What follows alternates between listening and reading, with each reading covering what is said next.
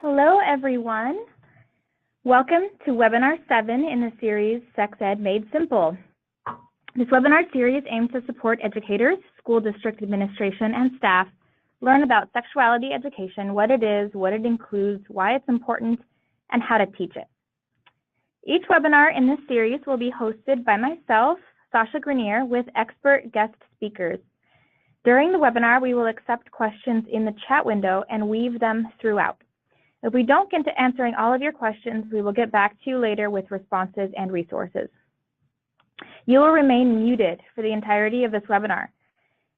This webinar is also being recorded and will be available on the Oregon Educator Network's Sex Ed site. Following the QR code on this slide will get you to that site, or you can go to www.oregoned.org/groups/sex-ed.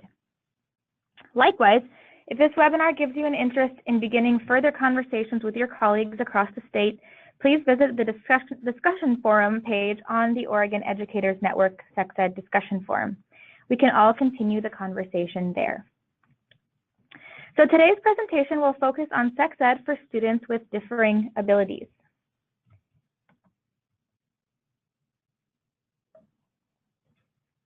We are very excited today to welcome April Kaiser and Martina Shabram to the webinar. Thank you both so much for being here. April Kaiser has over a decade of experience working in social services and community health.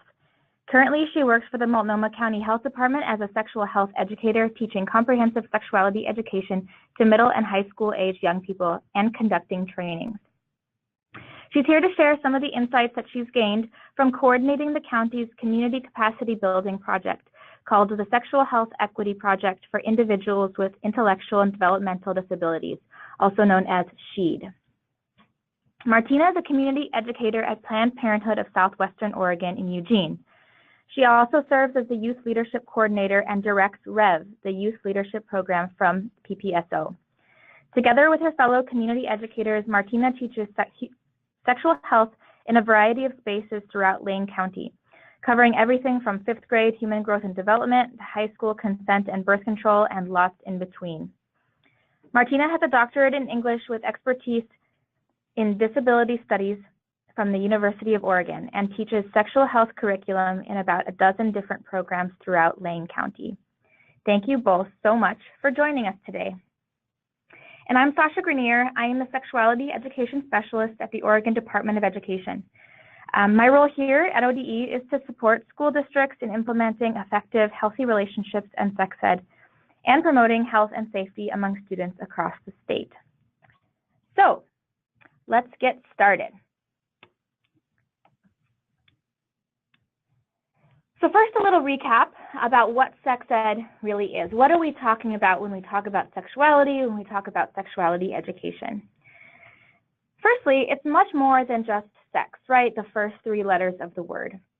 It provides information to support young people to identify, create, and maintain healthy relationships, explore and assert their own values and boundaries, understand their own rights and body autonomy, understand their own physical bodies, and know how and are able to seek health care when they need it.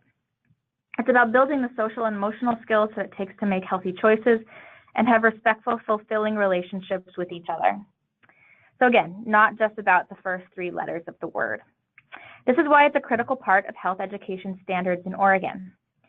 Starting this last school year, if this is new news to you that there are new sex ed standards and health education standards that are required to be implemented throughout the state in public education, I encourage you to please visit my webinar number 1 of part 1 of this series that goes through all the policies and requirements for public educators and school districts in the state.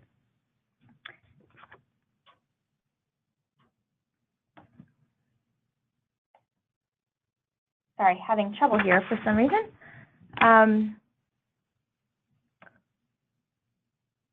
Presenter mode, okay.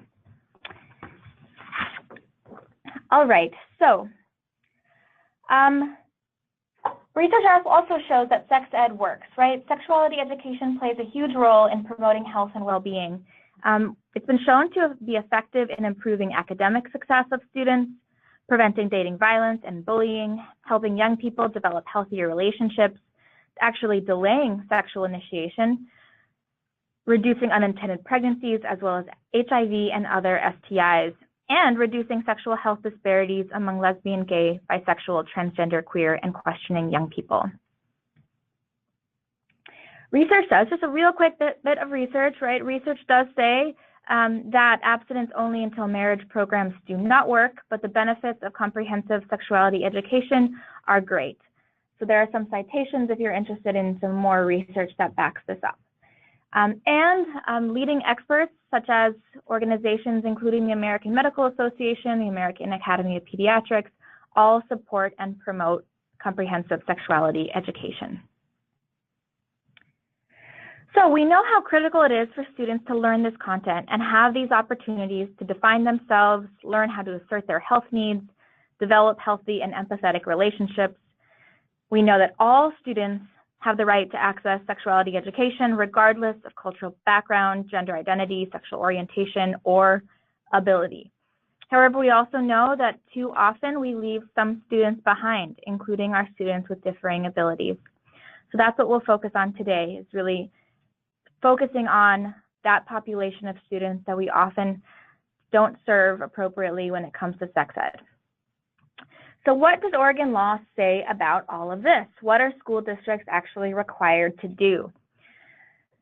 So according to Oregon Statute 336455, each school district shall provide age-appropriate human sexuality education courses in all elementary and secondary schools as part of the health education curriculum.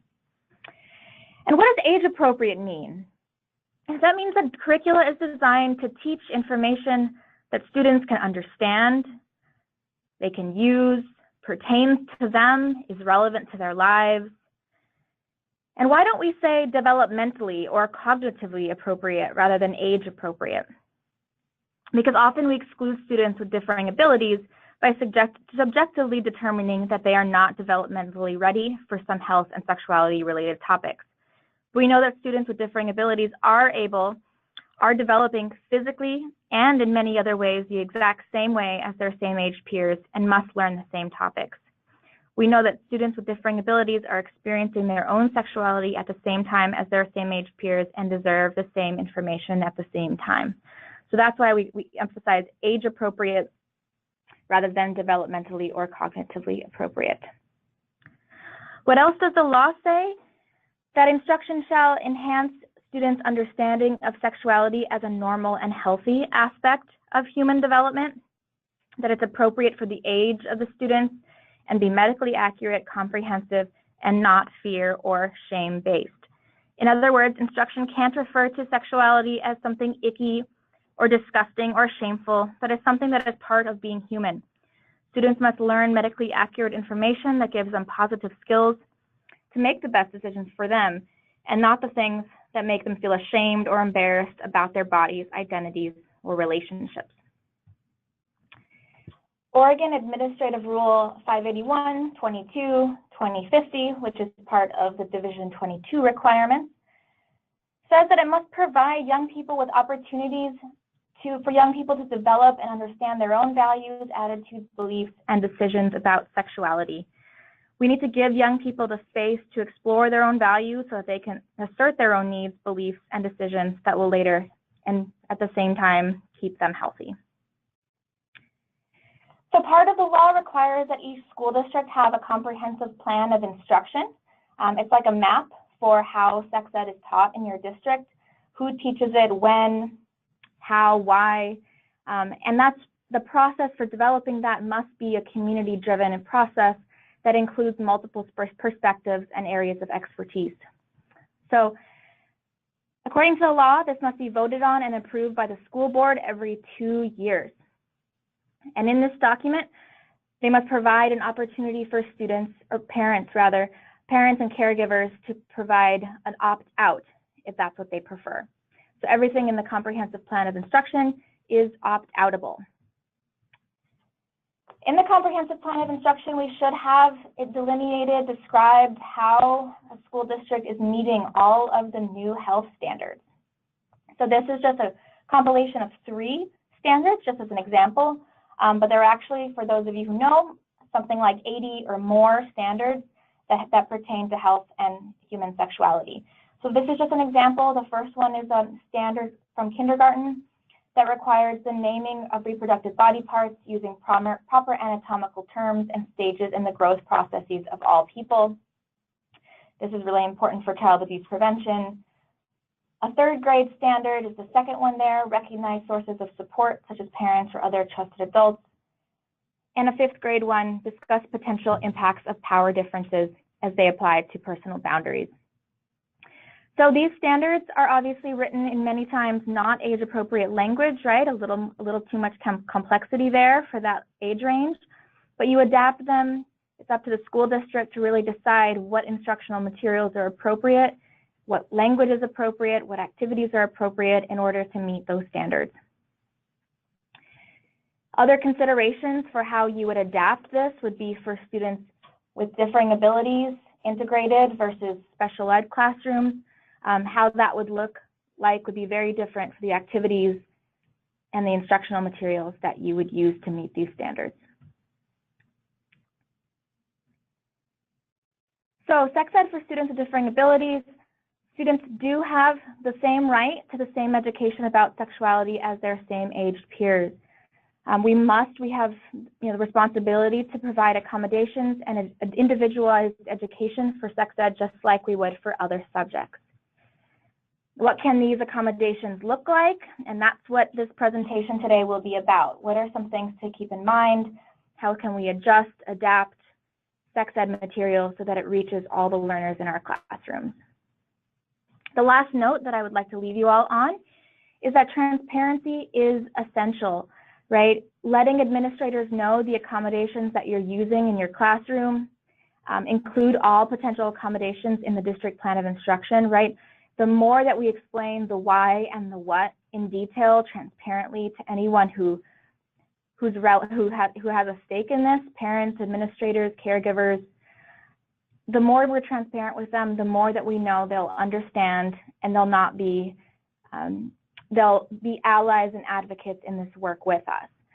So we really, really encourage you all to be as transparent as possible. Make sure that administrators know how you're approaching these subjects, and also include this material in potential opt-out for parents and caregivers. But ideally, the engagement far before that, so that everyone's on the same page about what the sex ed classroom looks like. All right, so that's enough for me. Now we're gonna hear from our expert guest speakers, April and Martina. Thank you again so much for joining, and now I'll pass the mic to Martina. Welcome. Hi, can everyone hear me okay? I hope so. My name is Martina. As you just heard, I'm a community health educator at Planned Parenthood of Southwestern Oregon in Lane County down here in Eugene. And my background is in disability studies, and so I have the privilege of teaching our sexual health education curriculum in a variety of different special ed settings. So, and April, do you want to give me over the controls so that I can click forward, or do you want to click forward?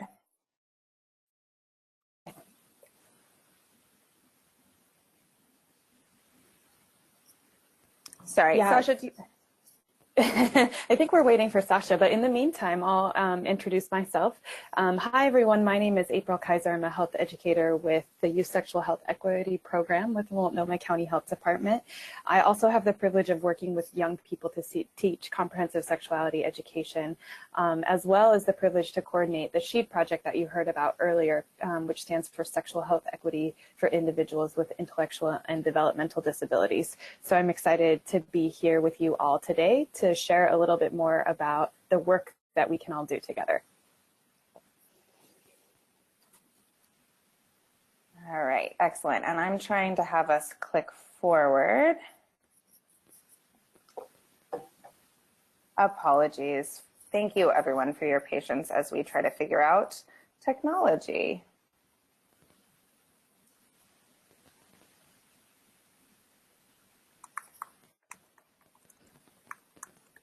Not working, Martina? Yeah, I'm so sorry, it isn't. Very strange. We practiced this. All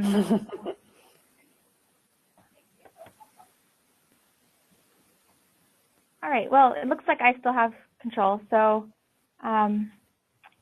just go ahead. All right. Okay. Well, we'll just do a little passing back and forth, so it'll be fun. This is such a great example of how, as educators, right, we always have to adapt to unexpected situations. And a really wonderful example of how we adapt in the classroom, right? So we wanted to start with a quick discussion of language. And I'm assuming everyone on this webinar is an educator in some fashion. So I think we can probably all agree that language really does matter. And it matters on its effects in the micro, so like how people feel, feelings of belonging, inclusion, and safety, but also how like the macro functions, so situations like the law. So the ADA, for example, the Americans with Disabilities Act, has to define what a disability means and therefore what counts or who counts as being a person with a disability. So language really has a lot to do.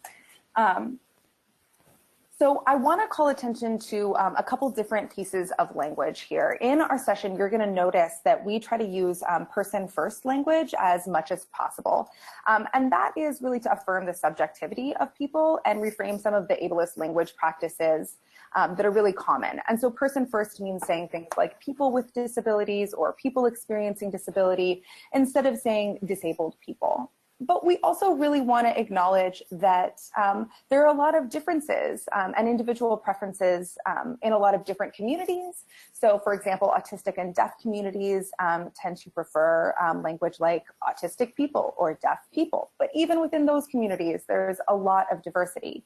And so we really want to acknowledge whatever language people use to define themselves and whatever language the communities that we work with use to define each other. The last piece of language here that I want to call attention to is the notion of normal versus normative. And I think this is useful for us as educators because normal really refers to something that like all bodies would usually experience, right? It's pretty normal for us to breathe oxygen as humans, pretty abnormal when we aren't. And because there's that duality between normal and abnormal, what gets troubling for us is when we start to talk about things that are typical or expected as if they were innate, as if they were normal. So we're going to try to use language like typical or normative, which really gets at the fact that these norms change over time and they're often really different for different types of bodies. So what we're getting at here is a history of disability. So we can click forward a little and we can go to the next, yeah. So when I'm talking about disability, and this is going to be the world's briefest history of disability, when I'm talking about disability, I like to define this by thinking about how our bodies are functioning in the society that we live in and in the built and social environment that we live in. So everyone on this webinar, how many of us you can identify to yourself or in the chat box, it's up to you, how many folks wear corrective lenses of some kind of glasses, contacts, maybe you are lucky enough to have the miracle of LASIK surgery. So I know I do.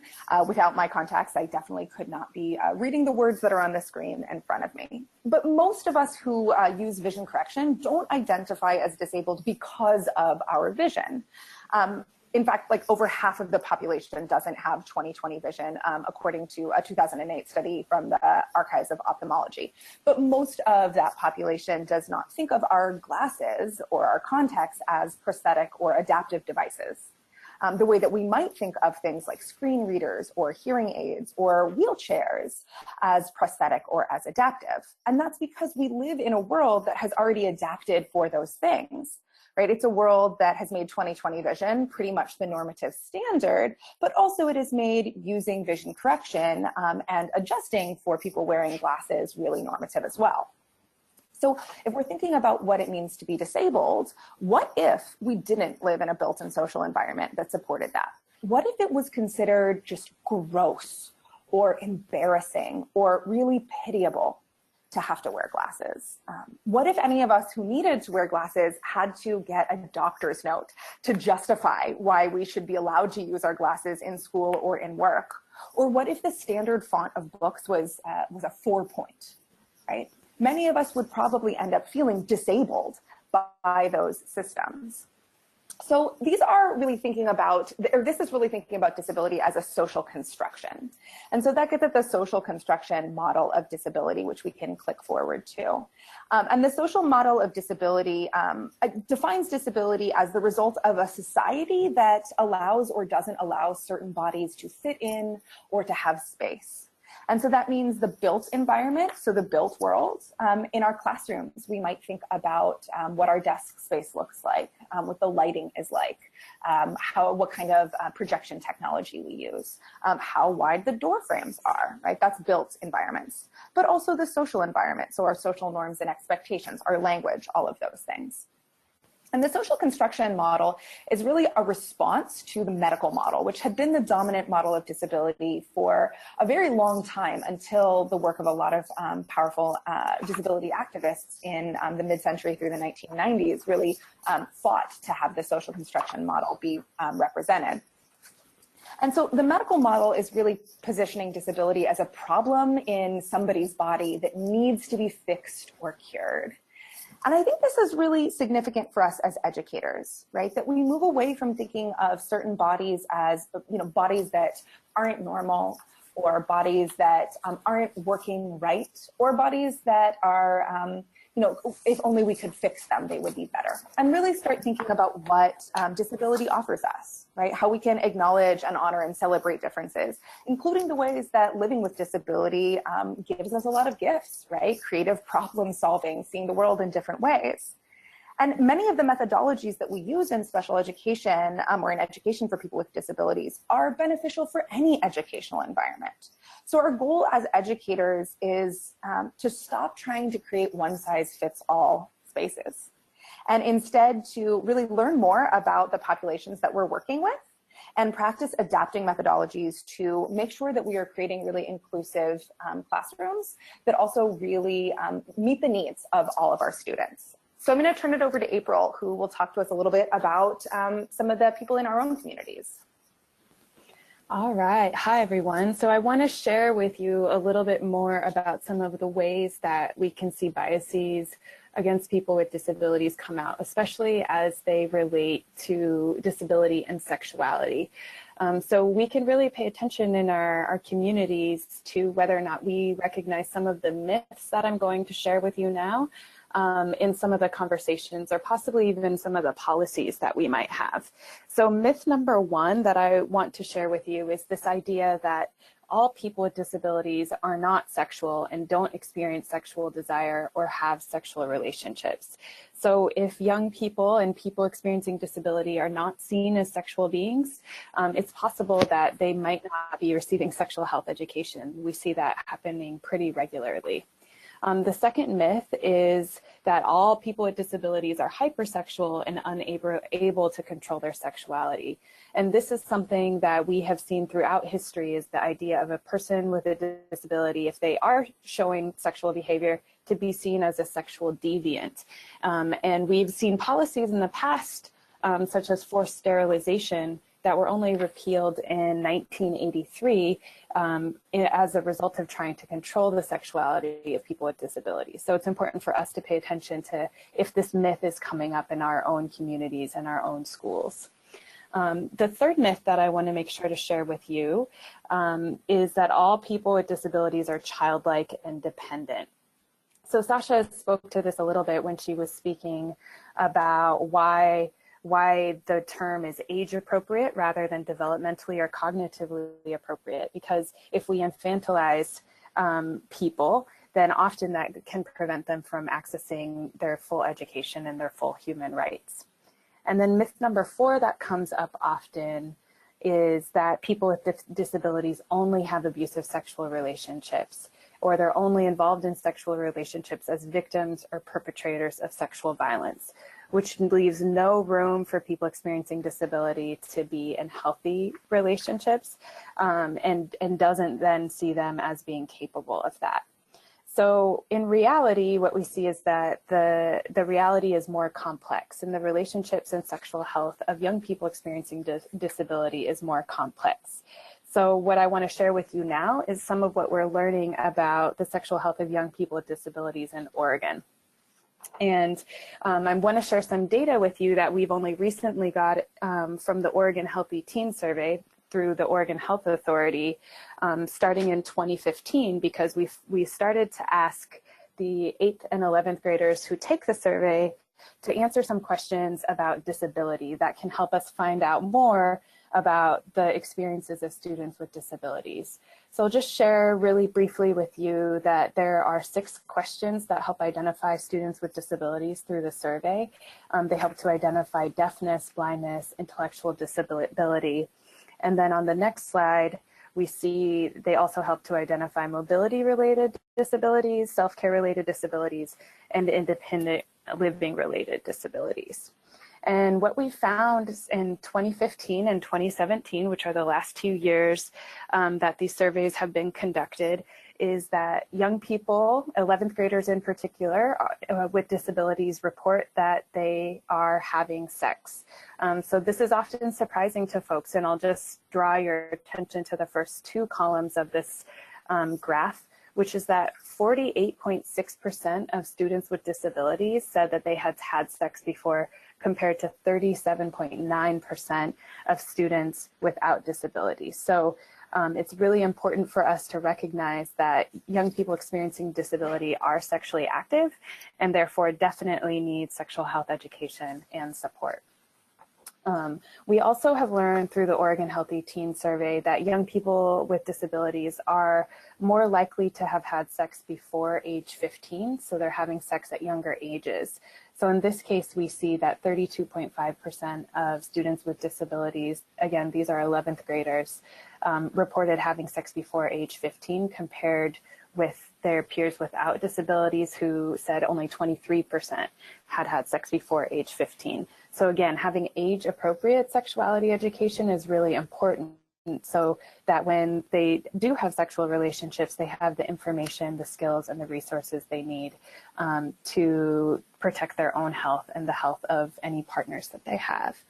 And then last, we see the last kind of bar graph we see here is about condom use, and we see that youth with disabilities are less likely to use condoms. So in this case, we see the numbers are that 44.7% of students with disabilities reported not using a condom the last time they had sex, compared to 36.3% of students without disabilities. So there's some significant differences here. And again, potentially a lack of information, skills, and resources to protect their health. And then last, I just want to point out that what people often do recognize is that youth with disabilities are disproportionately likely to be survivors of sexual abuse. And so that's something we also see borne out here in the Oregon Healthy Teen Survey, where they're 2 times as likely to have experienced sexual abuse by an adult. And then Martina, I think you were going to share some additional context around sexual abuse.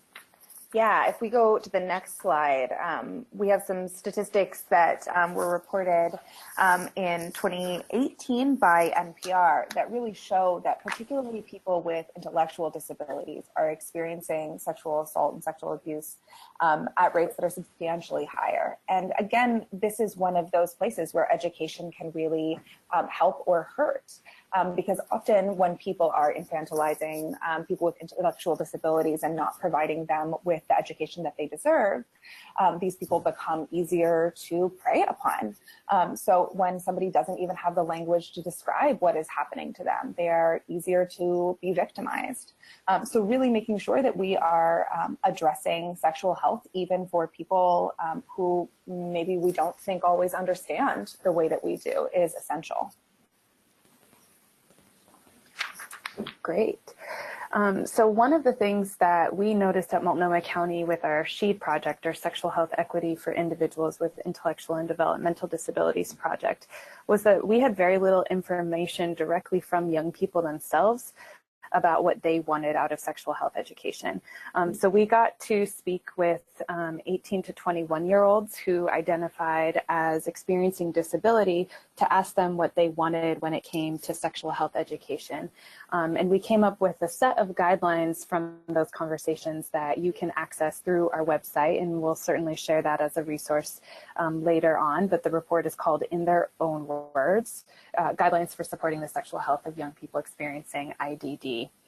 And what we found essentially from young people is that they wanted four main things. And this is on the next slide. Yeah, so they let us know that they wanted holistic sexual health education. So they acknowledged that they needed and wanted education around safety and bodies. But they also said they wanted information about rights and about how to find out what they do want. So that's related to choice and pleasure as well. So it's important for us to hear that that's what they want and that's what they need. They also really wanted people to support them in learning about their own goals and to support them in setting out to reach those goals around relationship, sexual, and reproductive health. They wanted regular skill building opportunities. They know they need lots of practice to build skills, and so they wanted to make sure that we heard that they needed videos, they needed role play, they needed lots of opportunities to do that. So we're here today to talk about ideas for how to do many of those things. And then lastly, they really wanted opportunities to connect with their peers. So people their age that they could both learn from and teach what they knew about healthy relationships and how to navigate some of those challenges that can come up in relationships. So again, if you're interested in accessing this report and learning more, you can certainly do that on the website. But now we really want to focus on how do you adapt curricula and how do you make sexual health education more accessible to students. And we understand that there's going to be a lot of different types of educational environments that are represented by the educators on this webinar, and that all of them will have different needs, and that you are all really skilled educators who can take what we're giving you and really make it fit well within your space. April and I have also, as we've been talking through all of the different tools that we have, really been thinking about this as a conversation. And so we really encourage you, if you have your own thoughts about the materials that we provide, to throw those up in the chat box, and we can share them with everyone, because we really know that everybody else on this phone call has, or on this webinar, has their own expertise to bring. And we also really know that the practical piece of things is important, but understanding the kind of special considerations that we might have to think about as we are adapting is something that we should have in the back of our mind. So when we're adapting any curriculum to really meet the needs of a population of people experiencing disability, we want to think about a couple things that that population might experience differently than folks without disabilities. And so one is laws regarding consent, marriage, and parenting. Something that I know I say often in my education everywhere is that people have the right to decide when, if, and how they become parents. That's not always true. There are places where laws about parenting might make it impossible for a person with a disability to make that decision. People with disabilities are disproportionately likely to have their parental rights terminated by the state. There's also often a lack of privacy and autonomy. So people who have really constant presence of aides or other support staff might not have the chance to explore and experience their own bodies in the way that others might. And we might just see a differing relationship with one's own body. I mean, I'm a person with a chronic illness, and I know that often my body is not a friendly place for me. And that might be a really different relationship to have with my body than others might. Depending on what kind of experience a person has, they might have a difficulty maintaining normative bodily hygiene. And so we might want to talk about ways to keep our bodies clean, comfortable, and healthy that we might not talk about with other populations. And particularly when we're thinking about folks with intellectual or developmental disabilities, people on the spectrum, people who just sort of understand the world a little bit differently than I might, there might be a difficulty understanding or engaging with some of the normative like social cues and boundaries. And so if we're talking about things like body language, we might need to be really careful about how we are explaining that and provide a lot of context. This also means that vague or euphemistic language is not always helpful. We're going to need to be more explicit and more frank in ways that sometimes make even me feel a little awkward. And really, I think that gets at the social stigma, right? There's a lot of stigma and a lot of lack of understanding, as April was sharing. So we want to take all of these things into account when we're going through some of the really practical ways that we're going to suggest that folks adapt curricula for students with disability. So let's give some of those really practical things, and let's skip ahead. Yeah, so we are really looking forward to sharing some of the resources that we use when it comes to adapting curricula, but we also want to make sure that you all have an opportunity to share the resources that you use so we can also learn about those resources. So as we go through and we're sharing some of these ideas, please also share some of the resources that you know about so that we can all benefit from that. And you can do that in the chat box. So one of the key pieces of adapting curricula for students with disabilities is using multiple modalities. And you're going to see that we're referencing throughout this section of our presentation an article called Taking a Special Education Approach.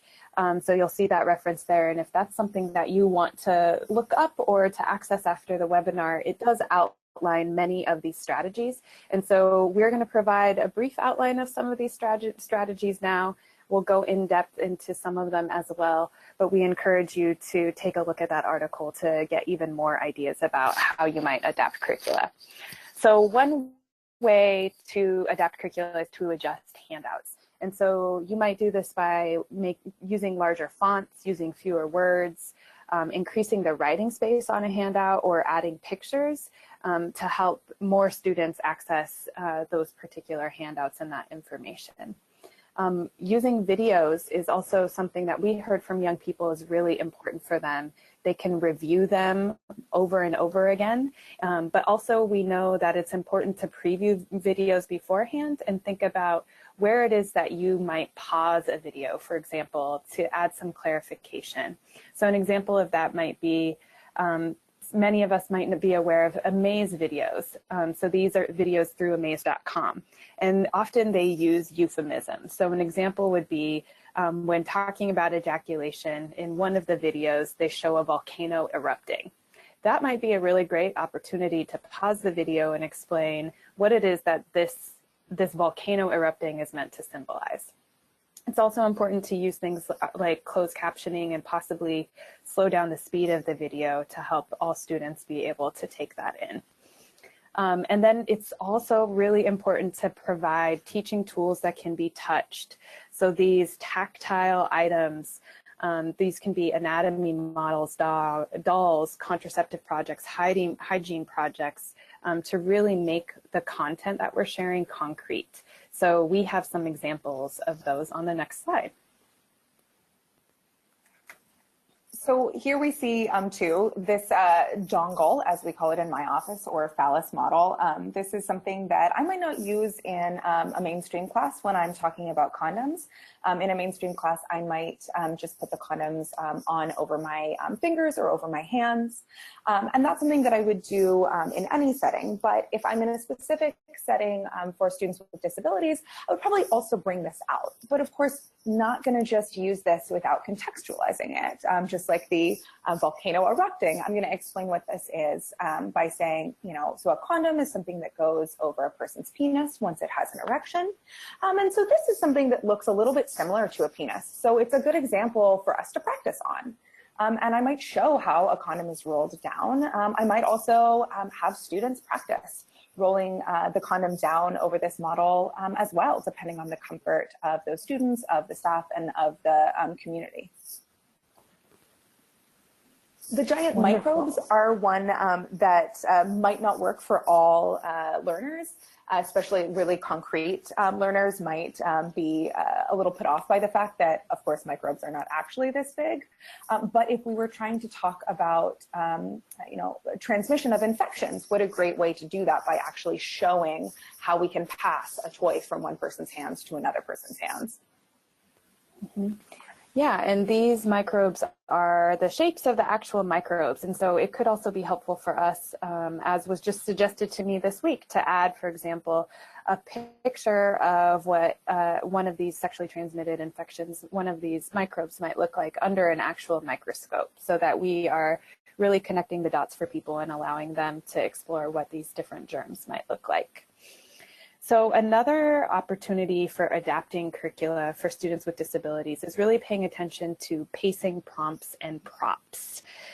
So pacing refers to adjusting the pace of instruction. And I think this is something that so many of us struggle with, because that means building in more time for activities and just planning to go through things more slowly. Another opportunity is to prepare to give instructions in multiple ways. So that can be verbally, but also could be through a poster, so written, as well as through pictures. So having multiple access points for people to be able to access instructions. And then really, really important is to contextualize sexuality content. So this means giving really explicit and frank information about when, where, and with whom sexual expression might appropriately occur. So we're going to show some examples of some of these things, and just a reminder, we're being more frank and concrete in these conversations today, because we know that that's what many of our students need. So you can expect in the upcoming slides to see some images that are an example of being more frank and concrete. So the next slide is an example of that. So one of the things that's often really important is just defining like where, as April was saying, sexual expression is important. And we want to contextualize that by not only talking about sexual expression, but by talking about other things that we might differentiate between public and private space on. Right, so this is an example of a handout that can do that with some images. And this is from a curriculum called Positive Prevention Plus for Special Populations. And so we're just pulling out the images to really show how sexual activity is displayed as one potential activity that people might be wanting to focus on. And as Martina mentioned, this might be something that maybe you don't share with the entire group of students. If you are teaching a group of students, it's possible that you just share it with one or some students if it seems more helpful for them. There's also the opportunity to make this type of handout or these types of images a tactile tool by cutting out these particular images and categorizing them into public and private. And if we skip ahead to the next slide, I have an example of a little bit of like a public-private module that we might use. So these are some silly images that are really useful in talking about the context of these kinds of public-private rules. So these images particularly come from a lesson that I've done in particularly spaces for students on the spectrum, so autistic students. And these are actually just screenshots of something that I have animated. And so in these, we're talking about context, right? Where are certain types of clothing appropriate and where aren't they? And so in this example, we start with the image of our two bodies at the beach, and we talk about why it's appropriate to wear these kinds of outfits at the beach. So we would talk about, oh, everybody else there might be wearing those. It's functional, right? Swimming is pretty hard in a dress, a lot easier in a bathing suit. It's expected, right? We just talked through these things. I recall the last time I taught with this one, a couple students brought up the fact that they were very comfortable with the bikini that the person who we're assuming is female identified here is wearing, but not so much with the Speedo. And so we got to discuss some of those norms as well. And then it animates for me and brings these two bodies over into a school setting. And then we get to talk about here contextually, what changes and why does it change, right? These people are wearing the exact same outfits, but they're in this different context. And here is where, again, really slowing down and checking in with what the students in that group are understanding is so important. The last time I taught this, we had a really interesting discussion about why other students in a school would feel uncomfortable if they saw their peers wearing a bikini at school. And one student said, well, what if nobody else was at the school? And this was a student who had been engaging in some compulsive masturbatory behavior. And it became a discussion about why people might even feel uncomfortable, even if they weren't there when that was happening, to know that that was something that was happening in a school space because it's a shared space. And so these are the kinds of discussions that really deserve that kind of context and that kind of granularity. Wonderful. So another opportunity for adjusting pacing prompts and props is by doing things like using colors. So we'll get into that a little bit more in a second here. But when we use colors, for example, red, yellow, or green, to indicate, you know, whether or not we agree with something, whether we sort of agree with something, or we don't agree with something, those are examples of ways that we can use colors to help all of us understand what we're asking. We can even have pieces of paper to symbolize whether we agree with something or whether we think a relationship is healthy or unhealthy. These are the examples of colors that we can consider. Using images and pictures and diagrams is something we're focusing on a lot here because that's so often what is missing from our sexual health education content. So we'll get much more into this in a second. And then modeling the content is super important. So providing opportunities to actually do role plays, which means at times writing entire scripts for people to practice social skills before they might be able to improvise and practice using their own words in a particular situation. So really getting that opportunity to practice skills in a real life situation. And so let's go back to using colors. Oh, sorry. Yeah, go for it, I'll just jump in and say real quick about modeling the content. I think this is one of the things that we sometimes struggle with most in sexuality education because, you know, there's a lot of modeling that might not be appropriate. We obviously can't have somebody model a sexually explicit situation, right? That wouldn't be comfortable, but we can help bridge the gap. So one thing that I use a lot is the example of petting a dog when we're talking about consent. Almost everybody understands that we ask first to pet a dog. We also really, most of the time, understand how to read body language when it comes to dogs, why we might want to pet a dog, why even if we really, really want to pet that dog, if the owner says no, we can't. And these are ways that we can bridge the gap so that students can get a chance to actually act out asking to pet a dog, actually act out being rejected, perhaps, without actually having this be a sexual situation. So if we're thinking about colors to move forward, the example we have on the screen here is of zones of regulation. This is one that many folks might be familiar with. This is one that has really become much more popular. And it's similar to some other tools like circles of intimacy, which is another one that talks about like appropriate levels of connection with different people, from, you know, strangers to our intimate partners. And what I love about this zones of regulation is, first of all, how useful it can be for folks who are nonverbal or folks who just struggle to speak based on discomfort, based on the speed that they speak, based on sort of whatever is particular about their experience. You know, we can give people, like April was saying, you know, pieces of paper so that they can identify whether they're in green, yellow, or red. And it's also something that really gives students a lot of agency. So if a student is acting out or is behaving in some way that's inappropriate, we might be able to ask, you know, where do you think you are? Do you feel like you're in the yellow zone right now? Or do you feel like you're in the red zone? Okay, so if you're in the red zone, what are some choices you could make right now? What would make you feel better? What would be a productive way for us to deal with these feelings? And to me, this is one of those examples of how special education pedagogy is beneficial for everyone, because this is a really trauma-informed tool that could be used for any setting with any group of people. Because I sort of think about this a lot, I find myself using it in my own understanding of my body, right? Ooh, gosh, am I in yellow right now? I'm feeling a little agitated.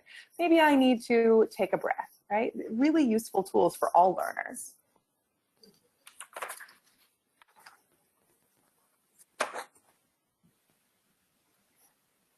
So we were talking about using images, pictures, and diagrams, and here is another example of how we might use this to ask interrogating questions and really give examples of a diverse group of people, like a diverse settings of people engaging in different types of body language. So this is something that we might use in, again, a class for folks on the spectrum. So the kinds of questions I might ask a group of students here would be, how do we know that the people in these pictures feel okay about this kind of touch? How do we know that consent is happening? What kinds of signs can we see on their body? And we can really get at, for example, on our far left-hand side, we have somebody whose mouth is open and who's showing her teeth. Well, that's a smile, but is that always what mouth open showing teeth means? Sometimes it's not. How could we tell the difference? And we can talk through those things. When we're talking about using images, pictures, and diagrams, there's a couple of resources that I really love. These images are from Pexels. There's also Pixabay and Unsplash. These are just all really wonderful resources for free to use images that really can provide a lot of context. And we do want to say that oftentimes if we Google a resource, so if we Google visual supports, for example, we're going to see a lot of resources that exist out there. And some are definitely better than others. So if we're just looking for images, we might ask ourselves, like, who made these images? Are they infantilizing? Are they pathologizing? Do they really recognize that the people who we are working with are adults or will be adults? For example, you'll find a lot of images of dolls or a lot of physical dolls that are recommended. And some of those could be very useful depending on the space, but dolls can also be really infantilizing. So we want to think about the context of those things. Great. So another thing that can be really difficult to make more concrete is simply the definition of sexual intercourse according to Oregon law, which is oral, anal, or vaginal sex. And so this is an example of a diagram that is more concrete, yet still is less explicit than showing the activities themselves, but I think can help many students get a better sense of what it is that we're talking about. And there's a couple of things that's important about this, which is both the positioning of the bodies as well as the language, which specifically says that in this case, they're talking about penis, vagina, sex. So it's talking about the sexual organs that are involved in the type of sex, very concrete. When talking about oral sex, it's specifically saying mouth to penis or mouth to vagina sex. So being clear about what it is that we're talking about when we're talking about sexual intercourse. And then penis, anus, sex. So all of the body parts are mentioned in this particular curriculum's definition of sexual intercourse. And whenever we are sharing a definition of sexual intercourse, it's important for us to be really clear about what body parts we're talking about. And similarly, on the next slide, we'll see another example of condoms. And again, we can show a penis model, we can use our fingers when we do condom demonstrations, and those can still be very vague to many students. So it can be important to, for example, allow students the opportunity to access materials like this one from the Centers for Disease Control and Prevention, the CDC. Unfortunately, our source information has been cut off, so we'll make sure to get you the source information for our slides. But this is from the CDC, and it's an example of how when an educator, for example, is doing a condom demonstration, they might be using their fingers, they might be using a condom demonstration tool or a dongle, as Martina calls it. But they could also be looking at some of those key steps in an image like this that shows actual body parts and actually where, in this case, an external condom would be placed. So again, making it really concrete how it is used. Another one that we might want to be really concrete about is something like tampons. So I actually used this exact image this morning in a lesson on sexual hygiene. And this one is, I think this would be useful for a lot of folks. Tampons can be really confusing if a person has never used them before. But I was so glad to be teaching this particular lesson today when I knew I was going to be doing this webinar because as often happens when I'm talking about tampons, one of the first questions was, can't it get lost in there? And being able to show in image number 5 and image number 4 that really there's no place for it to get lost, right? And really being able to refer back to the other images that we have of the anatomy and really talking practically about how a person uses these tools, right? The string is hanging outside of this person's vagina, really helps to contextualize those things. One thing I also love about this image is that it shows the tampon and the tampon applicator. I've had a number of experiences where folks have said that they didn't realize that they needed to take the applicator out as well. And so no wonder they were feeling uncomfortable with those tools. Yeah. So there's some examples of some of the pictures, images, and diagrams that could be helpful, and some of the framing that we can do to make sexual health education more available and more accessible to more students. Some other strategies include trying to keep our language simple. This can be difficult at times. It might mean really thinking about changing the way we define things. So there are tools such as the website rewordify.com and the Learner's Dictionary that can sometimes help us find more simple language for the things that we use. And in a second, I'll share a tool that can be used to answer questions that can help us keep our language simple. Another strategy is to make sure that we're building on existing knowledge. So this means recognizing that our students have real life experiences. We can always build on what they know, and we should start there. And that's something that we always do as educators. We want to make sure that we also do this when working with students with disabilities.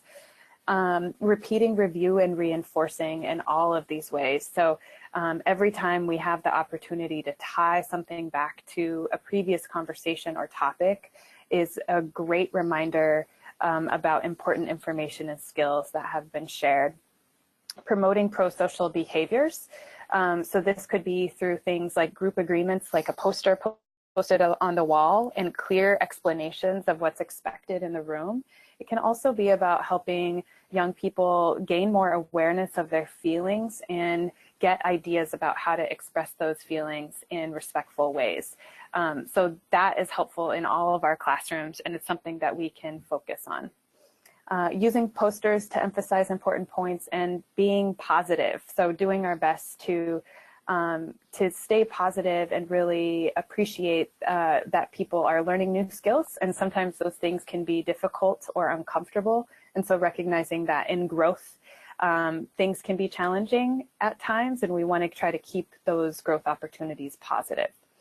So if we go to thinking about how we can keep language simple, one strategy we can use is when we answer questions. And so when we answer questions, we can use a tool called affirm, clarify, and answer.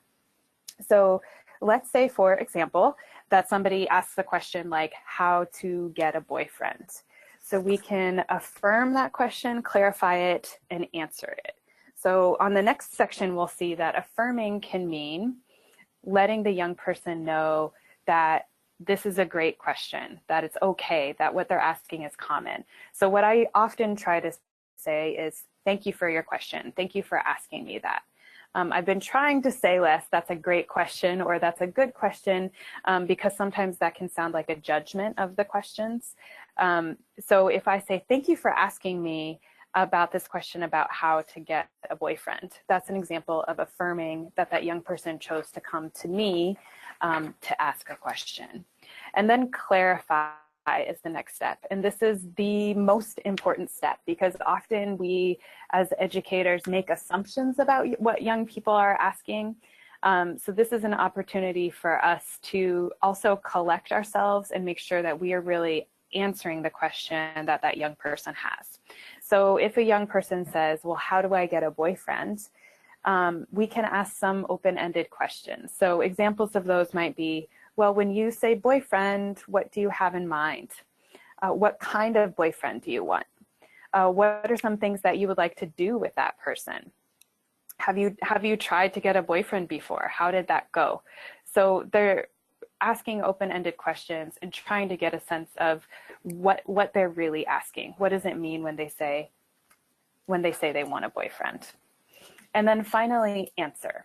So we've affirmed, we've clarified what they're asking, and now answering. So with many sexual health questions, there are clear facts, so we can answer with the facts. But we also can potentially answer with the feelings that somebody might have around that, or help young people explore their feelings around the subject. And then with the values. So this is about helping them identify their own values, especially if we're in a professional role. But it also can potentially be about, I'm sorry, I just got distracted. It also can potentially be about sharing your own values if you have a personal relationship with them. So I think that we are about at the end of our time together, but hopefully this has been helpful to you all today. So in our remaining moments, are there any questions that anybody has? Thank you so much, April and Martina. This is Sasha. That was fantastic. We did have a couple of questions come up regarding how they can access some of the resources that you provided, specifically some of the models and the images that go with explaining things like sexual intercourse, as well as some of the others. Is there a site that you could suggest folks to go to? Right. So a couple of the images we showed were from a curriculum called Positive Prevention Plus for Special Populations. So that curriculum is something that folks could certainly choose to purchase. But Martina, you also mentioned that there are a number of websites that have free to use images. Would you mind repeating those? Yeah. So some of those curricula can be expensive and not always easy for us to access. There's also a lot of great images on the CDC's website. And then some of the free to use websites, which don't necessarily have specific sexuality content, but have materials that can absolutely be adapted for that. So I mentioned Pexels, that's P-E-X-E-L-S, Pixabay, which is P-I-X-A-B-A-Y, and Unsplash are all really wonderful free to use resources. And I have been able to find a lot of the kind of clip art images that can be useful to use on those websites. Everything from like the materials I used for today's hygiene lesson, where I have a whole bunch of laminated like deodorant, shampoo, etc. All things that I was able to download from those websites. So really useful. Mm-hmm. Yeah, and then another site that we referenced in regarding the tampons is menstrupedia.com. And so that's a place where there are a number of images related to, for example, tampon use of pads, menstrual cups, etc. And we mentioned amaze.org as well as a resource for videos that can be really useful and really focused on these particular topics. Thank you. I just wrote those in the chat box area or the questions area, so you can see some of those resources written down if you need to see it again.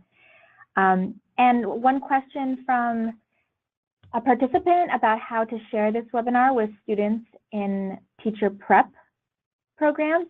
And I post all the webinars that we do in this series on the site oregonednet.org/group/sexed, which I believe I also have on this QR code for you to check out at your convenience too. So that should be up. These all webinars, take a couple days for us to put up, but they'll be up soon.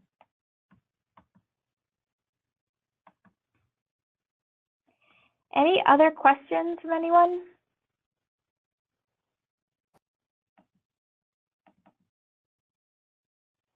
All right, well, we are a bit over time, so we can go ahead and close.